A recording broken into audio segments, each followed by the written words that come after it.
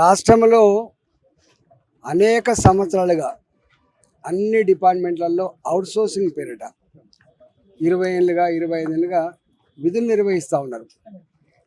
వీళ్ళందరూ పిహెచ్డీలు చేసిన వాళ్ళు, పీజీలు చేసిన వాళ్ళు తప్ప ఎవరు 10th క్లాసు ఇంటర్మీడియట్ చదివిన వాళ్ళు కాదు. వీళ్ళు వాళ్ళకి ఇచ్చేటువంటి జీతాలు కూడా నేరుగా డిపార్ట్మెంట్ ఇవ్వకుండా ఏజెన్సీలు మధ్యవర్తిగా ఉండి పే చేస్తూ ఉంటాయి. ఇలా 13,000 రూపాయల జీతం వచ్చినోడికి ఈపీఎఫ్, తర్వాత పిఎస్ఐ, తర్వాత జిఎస్టీ ఇలాంటి ఖర్చులు అన్నీ పోతే 9,500 రూపాయలు వస్తాయి. అంటే ఈ 13,000 రూపాయల జీతం చేసుకున్నటువంటి ఈ సామాన్యుడి మీద ఇన్ని రకాల కోతలు విధించి చేతికి వచ్చేది 9,000 రూపాయలు. ఇలా హైదరాబాద్ లాంటి నగరంలో ఇలా కనీసం ఒక రూమ్ ఇల్లు కిరాయి తీసుకుందామంటే కూడా, ఫ్యామిలీ ఇల్లు కిరాయి తీసుకుందామంటే కూడా బస్తీలలో 6,000 రూపాయలు ఉంటుంది. కరెంటు బిల్లు, నల్లా బిల్లు, పాల బిల్లు, పిల్లలకు ఫీజులు, అంటే ఇంత దీనమైన బతుకుమో దాన్ని బట్టి అర్థం కావాలి. ఇవాళ అడ్డా మీది కూలీళ్ళ కన్నా 800 రూపాయలు 1000 రూపాయలు రోజువారీ కూలి వస్తుంది తప్ప ఇవాళ చదువుకున్న వాళ్ళకు మాత్రం 400 రూపాయల కంటే 399 రూపాయలు ఎంతో అంతకంటే ఎక్కువ వచ్చే పరిస్థితి లేదు. ఇవాళ వీళ్ళు ఏ మీటింగ్ అయితే ఈ అవుట్సోర్సింగ్ ఉద్యోగులు పెట్టుకొని ఇలా డిమాండ్ చేసిండ్రో, ఒకటో డిమాండు, ఏ డిపార్ట్మెంట్లలో పనిచేసే ఉద్యోగులు అవుట్సోర్సింగ్ ఉద్యోగులు ఆ డిపార్ట్మెంట్లో ఒక ఏజెన్సీని క్రియేట్ చేసుకొని ఇవన్నీ కూడా వాళ్ళే నేరుగా జీతాలు ఇచ్చి ఆదుకోవాలనేది ఒకటో డిమాండ్. రెండో డిమాండ్ ఏంటంటే, ఇవాళ ప్రతి ఒక్కడు రాజకీయాల కోసం మేము వచ్చి 2 లక్షల ఉద్యోగాలు నింపుతాం, 3 లక్షల ఉద్యోగాలు నింపుతామని చెప్తున్న సంతోషం, నింపాల్సిందే. కానీ ఎవరైతే 20 ఏళ్ళుగా 25 ఏళ్ళుగా ఈ డిపార్ట్మెంట్లో పనిచేస్తారో, 45-50 సంవత్సరాలు గడిచిపోతుందో, మళ్ళీ నోటిఫికేషన్ పడ్డప్పటికి కూడా ఉద్యోగానికి రాసుకునే అవకాశం ఉండదు. అలాంటి వాళ్ళ విషయంలో ఏదైనా స్పెషల్ కన్సిడరేషన్ ఉండే ఆస్కారం ఉండాలి. సంవత్సరానికి ఇందని మార్కులు కలపడం, లేకపోతే 50 ఏళ్ళ తర్వాత వాళ్ళని అట్లా వాళ్ళు డిస్టర్బ్ కాకుండా ఉండే పద్ధతితో ఇట్లాంటివి చేస్తూ ఉండాలి. కానీ ఎక్కడ కూడా అట్లాంటి సేఫ్ గార్డ్, ఇలా అవుట్సోర్సింగ్లో పనిచేసే ఉద్యోగుల యొక్క ఆ భద్రత అయితే ఉందో ఆ సేఫ్ గార్డ్స్ ఇక్కడ లేవు.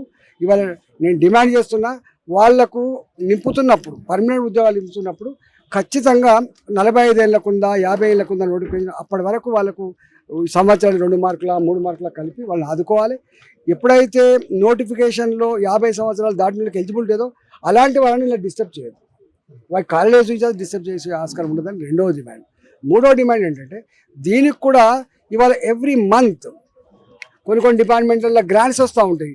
6 నెలలకోసారి 7 నెలలకోసారి గ్రాంట్ వచ్చినప్పుడే జీతం ఇస్తారు తప్ప ఎవ్రీ మంత్ ఇచ్చేటువంటి పరిస్థితి లేదు. కాబట్టి అవుట్సోర్సింగ్ ఉద్యోగులు చిన్న ఉద్యోగులు కాబట్టి ఎవ్రీ మంత్ జీతం వచ్చేటువంటి ఆస్కారం ఉండాలనేటువంటిది మూడోది.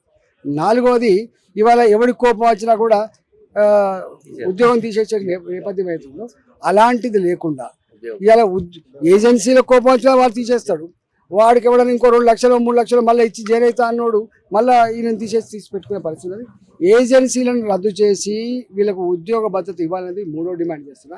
నాలుగోది, వీళ్ళకు ఈఎస్ఐ కానీ పిఎఫ్ కానీ అదేవిధంగా హెల్త్ కార్డు కానీ ఇవన్నీ రెగ్యులర్గా ఇచ్చేటువంటి ఏర్పాటు చేయాలి. వీళ్ళకి కూడా బిలో పావర్టీ లైన్ ఇవాళ 22,500 రూపాయలు ఉన్నట్టున్నది. ఇవాళ పెరిగిన ధరల ప్రకారంగా మొత్తం స్టాండ్ ఆఫ్ లివింగ్ ప్రకారంగా వాళ్ళందరూ కూడా బిలో పావర్టీ లైన్ కింద వస్తారు. కాబట్టి వాళ్ళకి అన్ని పేదోళ్ళకి ఇచ్చేటువంటి అన్ని రకాల సౌకర్యాలను ఈ ఉద్యోగులకు ఇవ్వాలని చెప్పి నేను డిమాండ్ చేస్తున్నాను.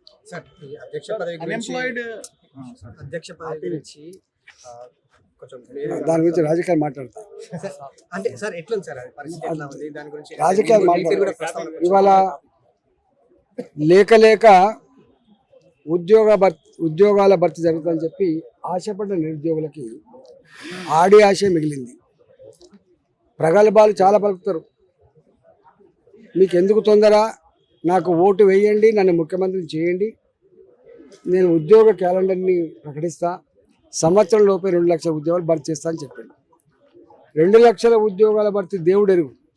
ఇచ్చిన 11,000 ఉద్యోగాలు టీచర్లే కావచ్చు, ఇంకొక 2,000 3,000 ఉద్యోగాలు గ్రూప్ 1 గ్రూప్ 2 గ్రూప్ 3 ఏమేమి ఉన్నాయి అన్ని కలిసి కూడా 13-15,000 ఉద్యోగాలు కావు.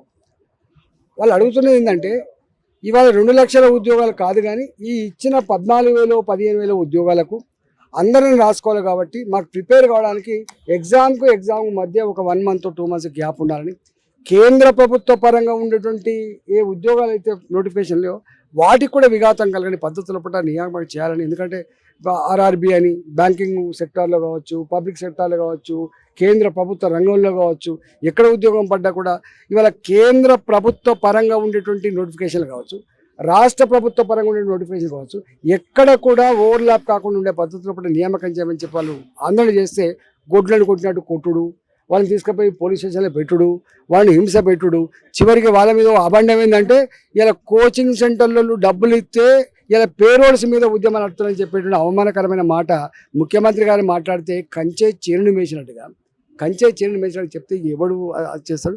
ఇవాళ ప్రభుత్వం బేజాలకు పోతుంది. ఇట్లా కేసీఆర్ కూడా బేజాలకు పోయే ఏమైపోయిందో మీకు అర్థం కావాలి. ప్రజాస్వామ్యంలో ప్రజలే దేవుళ్ళు, ప్రజలే అంతిమ న్యాయ నిర్ణేతలు.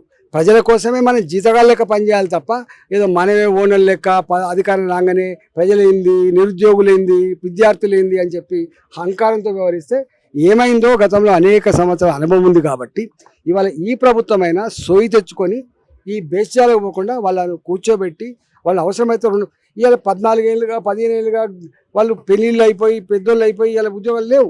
ఈ 1-2 నెలల కోసం 3 నెలల కోసం కొంపని మునిగిపోయే ప్రసక్తి లేదు. కాబట్టి మీరు బేస్యాలకు పోకుండా వాళ్ళని కూర్చోబెట్టి వాళ్ళ సమస్యను రిజాల్వ్ చేయాలని చెప్పి నేను డిమాండ్ చేస్తాను. ఒక క్వశ్చన్ ఇప్పుడు కేటీఆర్ హరీష్ రావు బీజేపీ నాయకుల్ని కలిసిరు, రాజ్యసభ సభ్యులు ఎవరినైతే ఉన్నారో వాళ్ళు బీజేపీ చేర్పించుకుంటున్నారు, కేసీఆర్ పుష్ చేస్తున్నారని అంటున్నారు. ఇందులో ఏమైనా సార్? నాకు తెలియదు, మరి ఓకే నాకు సమాచారం లేదు.